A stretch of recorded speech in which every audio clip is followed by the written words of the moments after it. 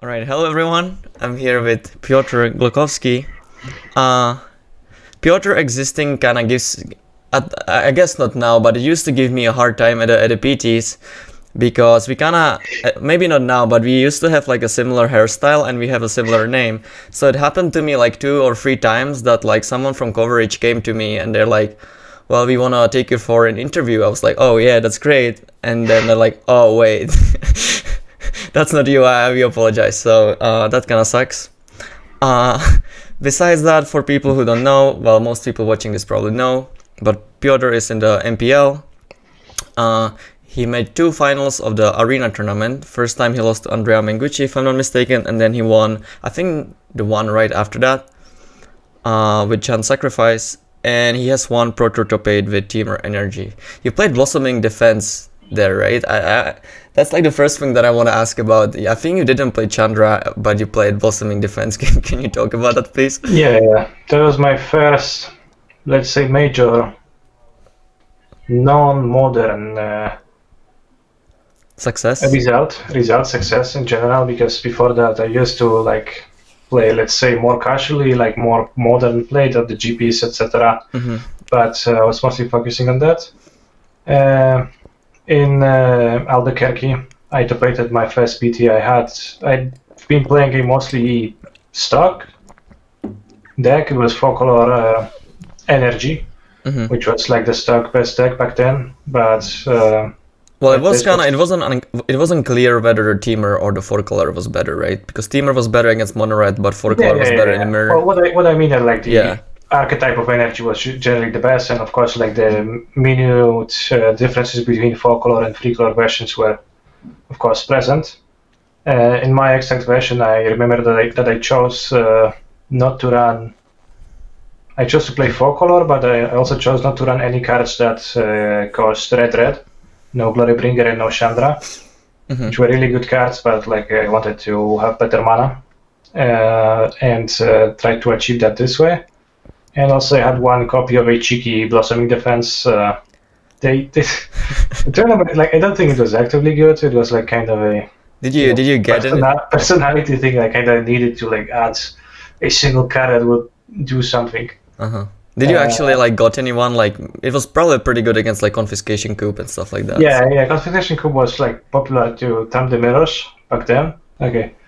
So yeah, like, after a few rounds, like, one of my teammates comes up to me and says, yeah, this +20 defense card that you made us play is kind of BS.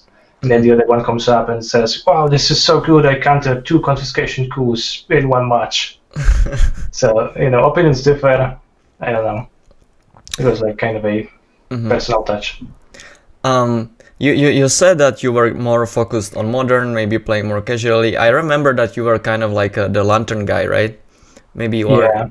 So like, how did that like happen? Did you always like prefer to play these like artifact combo decks or whatever, or? Well, even before I was the lantern guy on Magic Online, I was the guy who was playing Amulet Titan back when Summer Bloom was legal, when like almost nobody played it. No, like, most people thought it was more of a joke deck and not actually good. I like spent a lot of time playing that online, partially because I just happened to pick up the deck because it was enjoyable for me, and it was like weird enough to pick my interest when I was new to the game of Magic. But through playing it on Magic Online, I kind of happened to learn that it's like very good, and I had pretty good results with it in the daily tournaments. Are you talking about Amulet or Lantern? Amulet. Okay. So like, I would say that like I kind of stumbled onto the idea that I could start winning in this game, because that was like not the premise that I started with when I first picked it up. And certainly like my interest in decks that are slightly bit offbeat, weird, like interact in surprising ways persisted. And whenever I found a deck that like is both kind of weird and good at the same time, I was able to spend a lot of time on that and invest a lot of energy into tuning, playing that. It was just really interesting to me. Well, as you said yourself, you like prefer to play these kind of strategies maybe, but you know, for example, when you lost to Andre, you played like mono blue. You also like, you know, sometimes you win like a modern challenge with like random human decks or whatever. So you can definitely play other archetypes. Do you like to play the weird combo decks just because it's like more fun to you and you wanna like explore strategies that people don't necessarily play, or you just think that you're better at playing those decks? Well, throughout the last few years, I did put an active effort into expanding my range when it comes to deck choices, because certainly at first I was only playing whatever weird combo deck I could have get my hands on.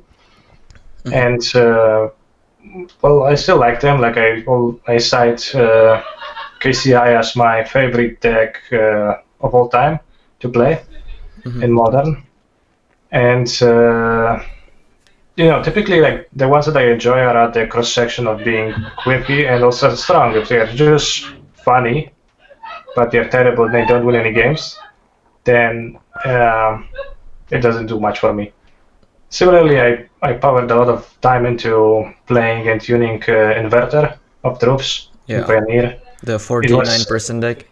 Yeah, it was a deck that was just really cool in the way it played out. It did like a thing that not many decks in the history of Magic the Gathering did, and you had situations which forced you to consider factors that you very rarely have to consider otherwise. And you know, you have like, you know, a free card deck, and you're like, okay, so I have 33% chance to draw this card, but I can also draw this one, and also like that combination of the order in which my deck can be works for me well too. But you know, this type of thing that to have to think about the one that normally you kind of brush over, you just don't think about Magic in this way. So when those decks are good and like I can win with them, I really enjoy working on them. So we talked about your beginnings a little bit. You said that you were mostly casual, like playing these Lantern and Amulet decks, and then you like break out at a PT. But before that, like were you just like, you know, playing for fun, and then it eventually happened in the Pro Tour, and you like, you know, after it happened, you were like, oh, I'm gonna like try harder? Or did you like from the beginning thought that, you know, were you like taking it seriously even before that? Well, my first result ever was a Grand Prix top 8. It was in Milan 2015, I think. It was Modern. I top 8'd with Amulet back then. And like that was my, I think, second GP I ever attended. And I did that mostly as a trip with my friends to, you know, like spend time and have a fun weekend. So again, like I kind of happened to top 8 that, and I did qualify for the PT, for my first PT back then, which was PT Dragons of Tarkir in Brussels. But like I will tell you that back then, when I qualified for the PT, I didn't even know what the PT was really. So kind of it works out in a way where I happen to like, you know, I try to prepare, etc. For the first PT. I got there, I played to like a somewhat an exciting result, but seeing this like competitive tournament for the first time certainly piqued my interest too, because then over time I decided that I would like to get back there, and I tried to get back there, and like over time I started more actively, more consciously trying to qualify for tournaments. And so basically the first Pro Tour kind of like sparked the desire to like get better, basically. Yeah. You could say that, yes. How hard it is to like prepare in Poland? Poland is, you know, obviously neighbor of Czech Republic, so like the countries are kind of similar, but I don't actually know. I mean, obviously I know like maybe the other players like Glogowski and stuff, but I don't actually know how big the community is. Like, is it hard to like find good people to prepare for the tournaments and stuff? That was mostly relevant for me back when I was starting. Obviously, like, you know, nowadays it's Yeah. Like not trouble to find people to prepare with for tournaments, and like it's like Yeah, FPL being in the MPL and such. But when starting, there were some players who were like strong in the country. There were some players who were like interested in improving, etc. I remember that I got taught a lot of limited by Maciej Janik, who used to play at the PTs like around that time when I was starting. Yeah, I remember Maciej. Yeah, he used to be playing a lot. He like kind of showed me a lot of ways of like how to play limited. Is he still playing? Is he still playing Magic? Very sparingly. Mm-hmm. Very sparingly, like mostly not engaging much. So there was like a few people. There was Greg, as you mentioned. Greg still to this day in the Rivals League, and a few more. But before I topated the PT for the first time, there was not ever a poll that topated the PT, and there was like there kind of wasn't like all that much competitive atmosphere of like trying to do that. It was actually like kind of like, you know, from the feel was more that like when somebody from like the Polish community qualified for a PT or something, it was like more a fun trip for them than a chance to like qualify and strive to pursue the path of pro Magic. Now you're obviously in the MPL, maybe like one of the more followed players of nowadays and stuff. You stream a lot. I think it's actually kind of interesting that you are one of the few people who actually stream Magic Online more than Arena, probably because you like Modern and stuff like that. Are you doing like all of this content just because you like to play, or is it more because, you know, now you have the chance, you're in the MPL and stuff, so you just want to like take your chance? Is it more for fun, or are you just like doing it professionally, basically? Well, I try for streaming to be my profession, and I try to take it seriously. Of course, it is some kind of a cross section of everything. Once again, because I do want to have viewers, so like I want to like my channel to be popular, etc. But also I want to be doing what I enjoy the most, and grinding Arena over a long period of time, I found it to be actually quite tiring and like kind of much easier to get burned out of doing that compared to. Is it because on Magic Online leagues. you can actually like not be there for like 5 minutes, whereas on Arena you have to constantly like be there because there is the thing? Well, it's an amalgamation of points. Like I think what does the biggest difference for me is the fact that on Magic Online, every single match you play has more tangible stakes than the match that I play on Arena on ladder. Because like every individual match on Arena feels not worth a lot. Yeah, it just doesn't matter. Like, every single match on Magic Online when you're playing a league, like it is a portion of that league. If you 5-0 a league, it's like a rush of dopamine, you feel accomplished, etc. So that keeps me in much more and makes You're more me engaged?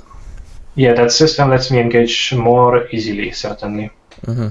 So I try to produce content that I enjoy producing, and like I think like I have, you know, I also feel like I have somewhat of a greater expertise when it comes to like playing Modern, etc. Because not that many people are actually streaming that, so you know it makes sense that you do that. Like I feel like I have some knowledge here that I can also like pass, etc. Are there like any parts of streaming? I mean, I think you're streaming for a pretty long time now. I think it's like 1.5 years maybe or something. It's actually 3 years. Oh, really? I'm sorry, I didn't know that. But anyway, you probably during the 3 years, there's probably a lot of things that you found that you weren't doing at the beginning. Can you just like maybe talk about it for people who maybe like are thinking in going to streaming or stuff, like the things that they should watch out for and stuff like that? Or is it basically the same from the beginning till now? Well, of course it's not. Like there's a lot to learn. Like through experience, I learned quite a bit about like how to do things. Like I'm not claiming to be perfect at streaming either. So there's still much for me to learn. But it takes like typically it's gonna take time to build an audience. It's gonna take time to learn like what your audience is interested in and etc. I'm not sure how to answer this question. Yeah, that's fine. Like, I don't really stream myself, so maybe there was something that you could say, but if not, it's fine as well. So you're basically like streaming all the time and stuff, but we don't really have any like real life tournaments right now. Is that a big issue for you, or like are you one of those people who like prefer to play paper Magic more and like really like traveling, or is it the other way, you actually prefer to be home playing? So I would say that for me, because somebody like actually was asking me about this on my stream the other day, like whether do I miss paper Magic, etc., or do I prefer online? But thinking about it, it's not really like either or for me. Well, it's not or for me. It's more of an either, because I still would stream and still I'll play tons of Magic Online on top of going to tournaments. Mm-hmm. I do stream slightly more because, of course, there's more time when I don't have to like fly to another country and get back. But I do miss paper tournaments like from time to time, because certainly they were a thing I enjoyed, and I will be glad once the situation in the world comes back to a state where like GPs could be held back again. For example, if the paper tournaments would never come back, would you still continue playing? Yeah, I think so. I enjoy Magic Online and like the tournaments, the weekly tournament, the challenges system well enough that I would still play, at least for some time. Also like if I build my channel, my audience around that, that's also not something that I even could throw away like on a single day, right? Yeah, I mean, yeah, that makes sense. I really would. I mean, I'm asking because, most people like you who play for a long period of time, most of them got into Magic because of the paper Magic, right? So like, there's a lot of people who say that they just play online to like prepare, but their real love is the paper. So I just wanted to ask about that, but you don't really care either way. Well, you would like it to come back, the but paper tournament success, right? Yeah, and like it was helpful for the channel in general. Like when there were the best example was the first regional PT. The Inventor deck, which I streamed for like a long time before the tournament, and a lot of people were active in my channel, my Discords at the time, talking about the deck, like trying to tune it together with a community effort, basically. Yeah, I'm sorry to interrupt you, but I was in Japan testing with Japanese people, and actually during the testing we were watching your stream. It was like on the wall. So yeah, I remember that. So like certainly this kind of a thing doesn't happen as often nowadays, because there is no incentive for that when there is no paper tournaments for which like many of my viewers or people who would be my viewers would prepare for. Yeah, that makes sense. How much Magic are you actually like? Are you playing when you're not streaming as well, or like anytime you play Magic, you're like always streaming? I'm curious how much the pros actually play, because it differs a lot. Like for example, when I talk to Hein, he doesn't play at all, but then I talk to Javier, he like plays all the time. So I'm just curious, if you're just a genius or if you just like play a lot. I used to play like a lot. Nowadays, mostly what I play is mostly what I stream, and like after the entire day of streaming Magic, I kinda would like to like take a break and do something different, play a different game, or like do like different hobby type thing. Before tournaments, I play more, because when I will have an MPL split weekend in just over 2 weeks from now. So before that, I will be playing off stream more, certainly, to prepare for that. Because there's a difference in the quality of playing and learning for myself on stream and off stream. It's like there is more distractions when you're streaming, of course. Like sometimes it's easier because you also have like more people to bounce ideas off, but sometimes it's harder because there's also like more noise and like more distractions. So when I actually try to prepare, I do play more off stream too. Okay, I think I asked most things that I wanted to ask. If there is still something that you would want to say, of course you can, but... Like expanding on this point, expanding on the last point, I actually... Oh, sorry. I thought you like stopped talking, so I thought that you know... No, I'm thinking. I'm sorry. I don't know you that well, so I cannot predict what you know.